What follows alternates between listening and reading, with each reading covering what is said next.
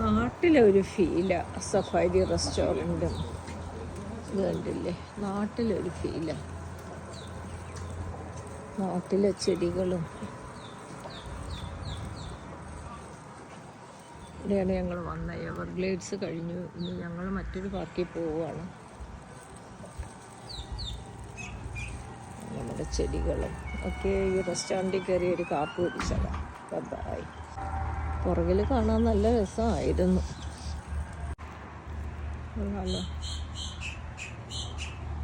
ഇതിൻ്റെ ഫ്രണ്ടിലൂടെ gift shop. അവിടെ car going to get in. Car കയറട്ടെ.